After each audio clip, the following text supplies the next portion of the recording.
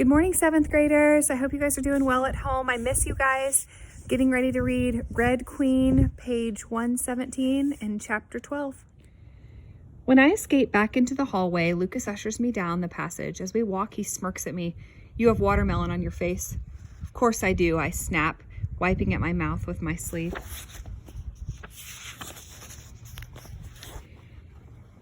"Lady Blonos is just through here," he says, gesturing to the end of the hall. "What's the story about her? Can she fly or make flowers grow out of her ears?" Lucas cracks a smile, humoring me. "Not quite. She's a healer." Now, there's two kinds of healers, skin healers and blood healers. All of House Blonos are blood healers, meaning they can heal themselves. I could throw her off the top of the hall and she'd walk away without a scratch. I'd like to see that tested, but I don't say that out loud. I'd never heard of a blood healer before. You wouldn't have, since they're not allowed to fight in the arenas.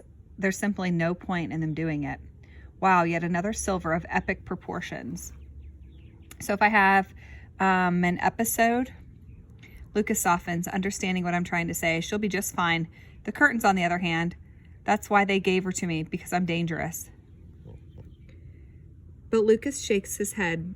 "Lady Titanus, they gave her to you because your posture is terrible and you eat like a dog. Bess Blonos is going to teach you how to be a lady. And if you light her up a couple of times, no one will blame you." How to be a lady? This will be awful. He wraps his knuckles on the door. Sorry guys, let me fix this.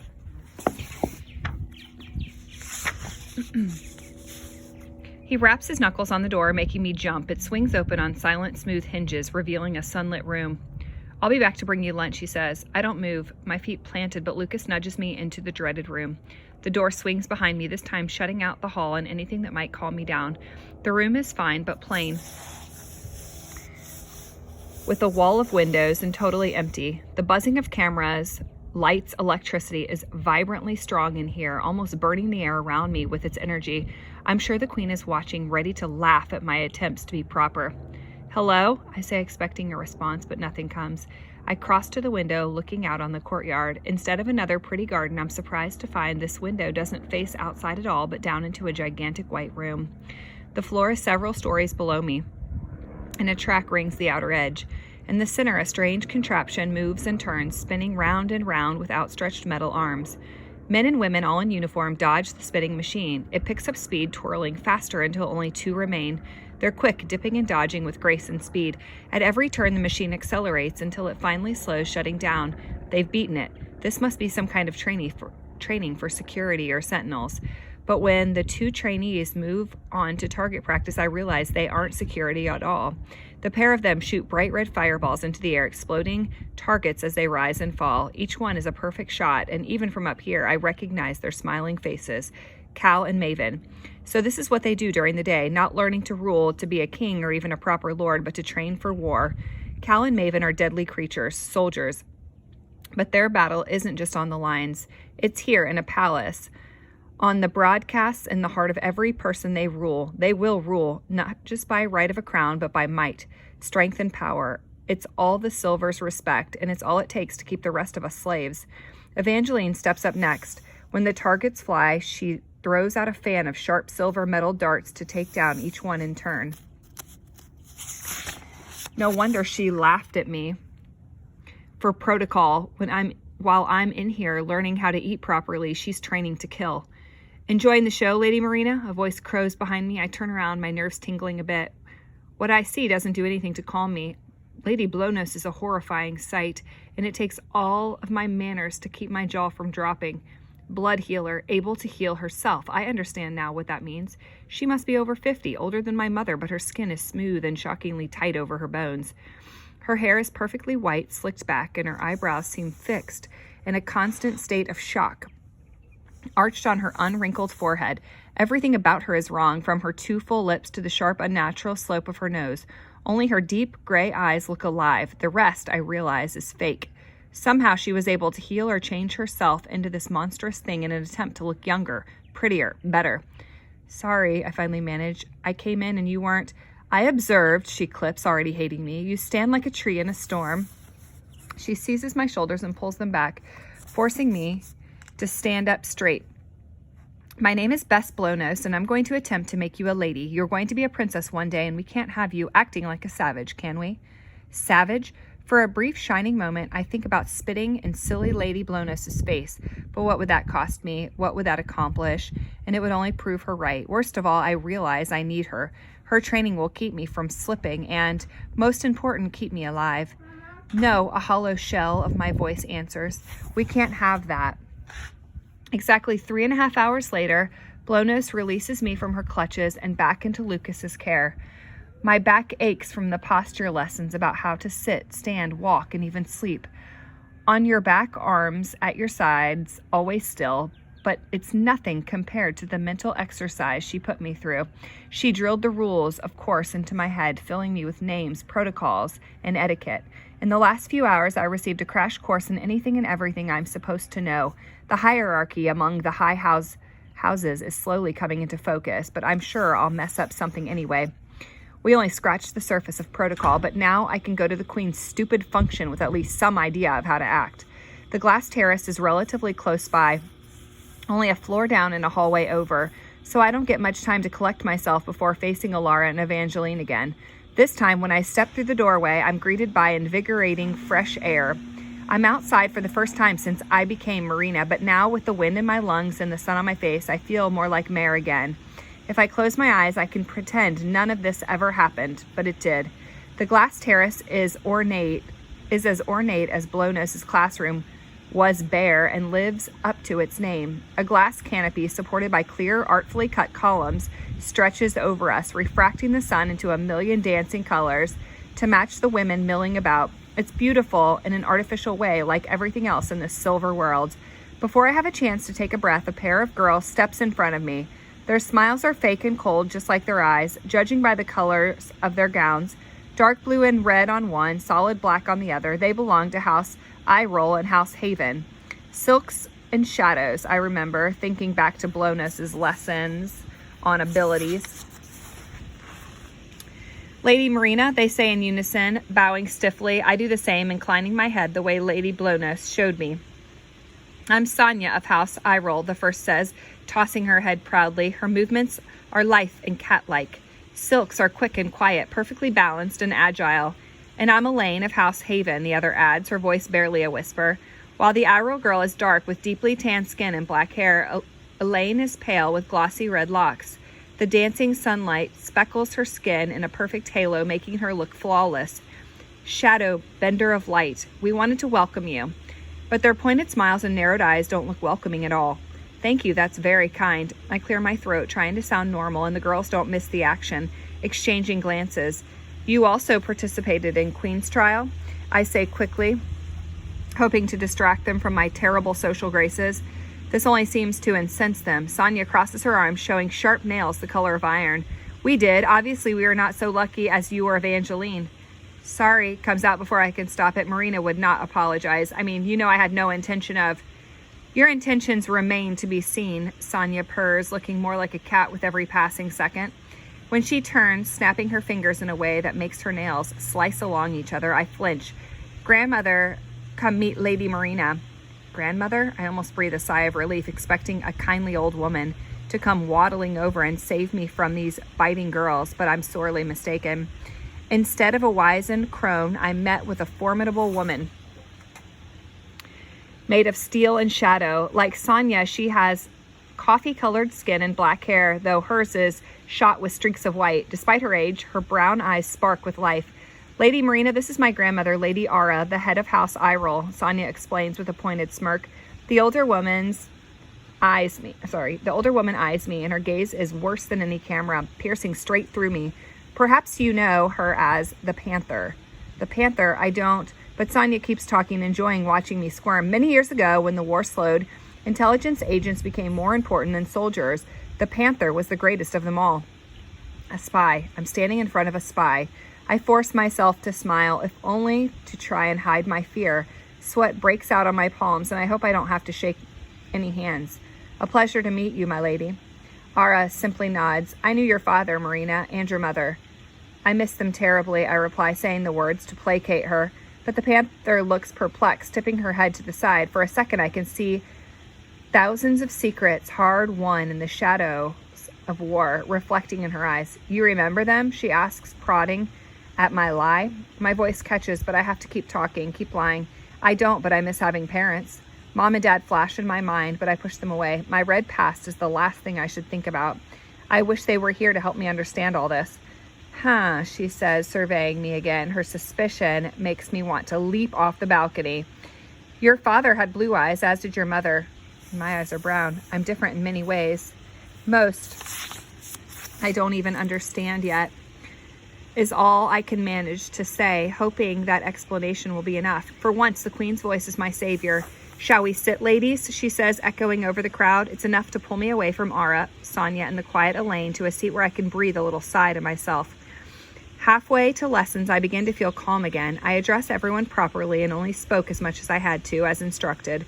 Evangeline talked enough for both of us, regaling the women with her undying love for Cal and the honor she felt at being chosen. I thought the Queen's Trial girls would band together and kill her, but they didn't, to my annoyance. Only the Iroll grandmother and Sonia seemed to even care that I was there, though they didn't push their interrogation any further, but they certainly will. When Maven appears around the corner, I'm so proud of my survival at lunch that I'm not even annoyed by his presence. In fact, I feel strangely relieved and let a bit of my cold act drop. He grins, coming closer with a few long strides. Still alive, he asks. Compared to the Irolls, he's like a friendly puppy. I can't help but smile. You should send Lady Iroll back to the Lakelanders. She'll make them surrender in a week. He forces a hollow laugh. She's a battle axe, that one. Can't seem to understand she's not in the war any longer. Did she question you at all? More like interrogate. I think she's angry I beat out her granddaughter. Fear flickers in his eyes, and I understand. If the panther is sniffing around my trail, she shouldn't bother you like that, he mutters. I'll let my mother know, and she'll take care of it. As much as I don't want his help, I don't see any other way around it. A woman like Ara could easily find the cracks in my story, and then I'll be truly finished. Thanks, that would be very helpful. Maven's dress uniform is gone, replaced by casual clothes built for form and function. It calms me a little to see at least someone looking so informal, but I can't let anything about him soothe me. He's one of them, I can't forget that. Are you done for the day? He says, his face clearing to reveal an eager smile. I could show you around if you want. No, the word comes out quickly and his smile fades. His frown unsettles me as much as his smile. I have lessons next, I add, hoping to soften the blow. Why I care about his feelings, I don't know exactly. Your mother loves her schedules. He nods, looking a little better. She does indeed. Well, I won't keep you.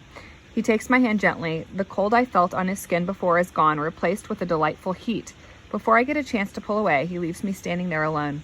Lucas gives me a moment to collect myself before noting, you know, we'd get there much faster if you actually moved. Shut up, Lucas. Okay, that's the end of chapter 12. I'm going to start chapter 13. My next instructor waits for me in a room cluttered from floor to ceiling with more books than I've ever seen, more books than I ever thought existed. They look old and completely priceless. Despite my aversion to school and books of any kind, I feel a pull to them, but the titles and pages are written in a language I don't understand, a jumble of symbols I could never hope to decipher. Just as intriguing as the books are the maps along the wall of the kingdom and other lands, old and new. Framed against the far wall behind a pane of glass is a vast, colorful map pieced together from separate sheets of paper. It's at least twice as tall as me and dominates the room, faded and ripped. It's a tangled knot of red lines and blue coasts, green forests and yellow cities. This is the old world, the before world, with old names and old borders we no longer have any use for. It's strange to look at the world as it once was, the instructor says, appearing out of the book stacks. His yellow robe, stained and faded by age, make him look like a human piece of paper. Can you find where we are? The sheer size of the map makes me gulp, but like everything else, I'm sure this is a test. I can try. Norda is the northeast. The Stilts is on the Capital River, and the river goes to the sea. After a minute of pained searching, I finally find the river and the inlet near my village. There, I say, pointing just north, where I suppose Somerton might be.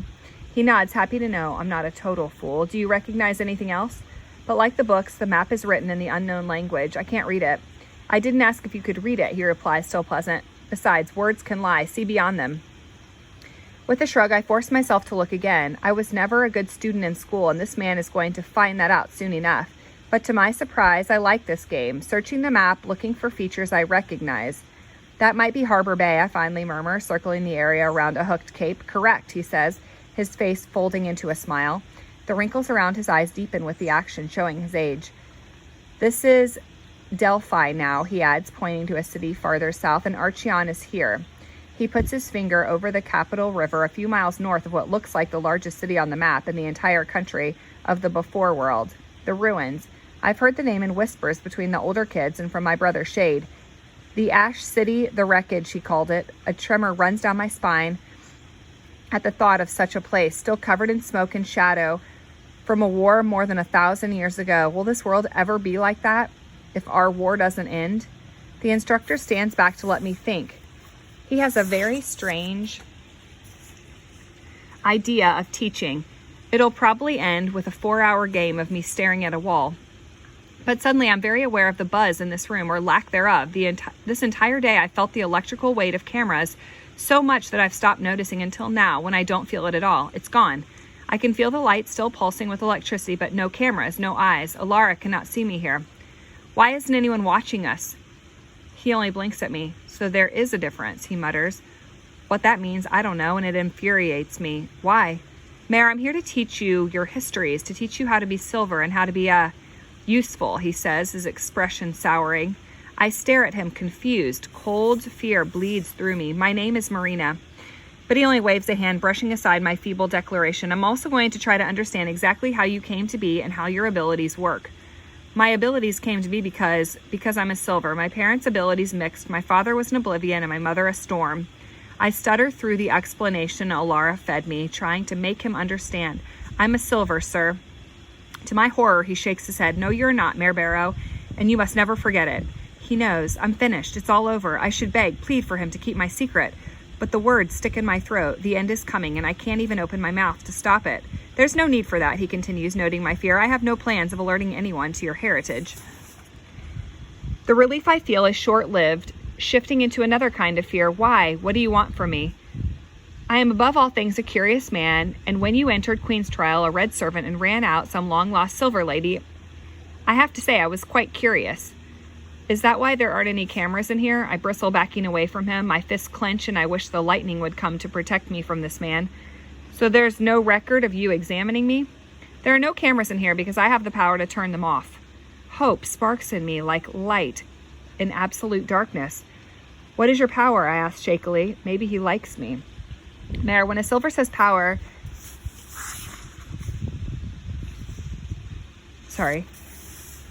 When a silver says power, they mean might, strength, ability. On the other hand, he refers to all of the silly little things we can do.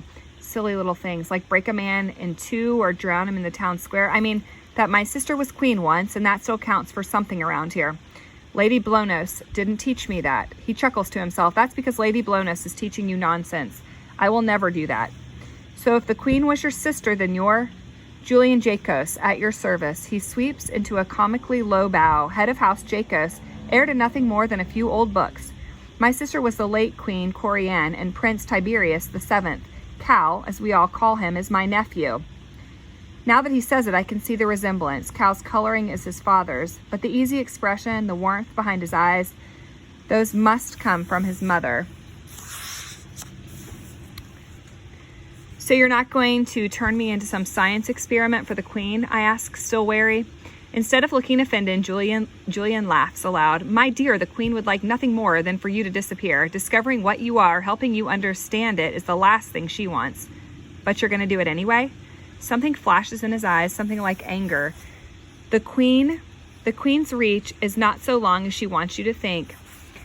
I want to know what you are, and I'm sure you do too. As afraid as I was a moment ago, that's how intrigued I am now. I do. That's what I thought, he says, smiling at me over a stack of books. I'm sorry to say I must also do what was asked, to prepare you for the day you step forward. My face falls, remembering what Cal explained in the throne room. You are their champion, a silver raised red. They want to use me to stop a rebellion somehow. Yes, my dear brother-in-law and his queen believe you can do so if used appropriately. Bitterness drips from his every word. It's a stupid idea and impossible. I won't be able to do anything, and then my voice trails away. Then they'll kill me. Julian follows my train of thought. You're wrong, Mayor. You don't understand the power you have now, how much you could control. He clasps his hands behind his back, oddly tight. The Scarlet Guard are too drastic for most, too much, too fast, but you are the controlled change, the kind people can trust. You are the slow burn that will quench a revolution with a few speeches and smiles. You can speak to the Reds, tell them how noble, how benevolent, how right the king and his silvers are. You can talk your people back into their chains. Even the silvers who question the king, the ones who have doubts, can be convinced by you, and the world will stay the same. To my surprise, Julian seems disheartened by this. Without the buzzing cameras, I forget myself and my face curls into a sneer. And you don't want that? You're a silver. You should hate the Scarlet Guard and me. Thinking all silvers are evil is just as wrong as thinking all reds are inferior, he says, his voice grave. What my people are doing to you and yours is wrong to the deepest levels of humanity, oppressing you, trapping you in an endless cycle of poverty and death. Just because we think you're different from us, that's not right. And as any student of history can tell you, it will end poorly. But we are different. One day in this world taught me that. We're not equal. Julian stoops, his eyes boring into mine. I'm looking at proof you're wrong. You're looking at a freak, Julian. Will you let me prove you wrong, Mayor? What good will it do? Nothing will change. Julian sighs, exasperated. He runs a hand through his thinning chestnut hair. For hundreds of years, the silvers have walked the earth as living gods, and the reds have been slaves at their feet. Until you. If that isn't change, I don't know what is. He can help me survive. Better yet, he might even help me live. So what do we do? I'm in chapter 13 at the bottom of page 131, and we're going to stop there.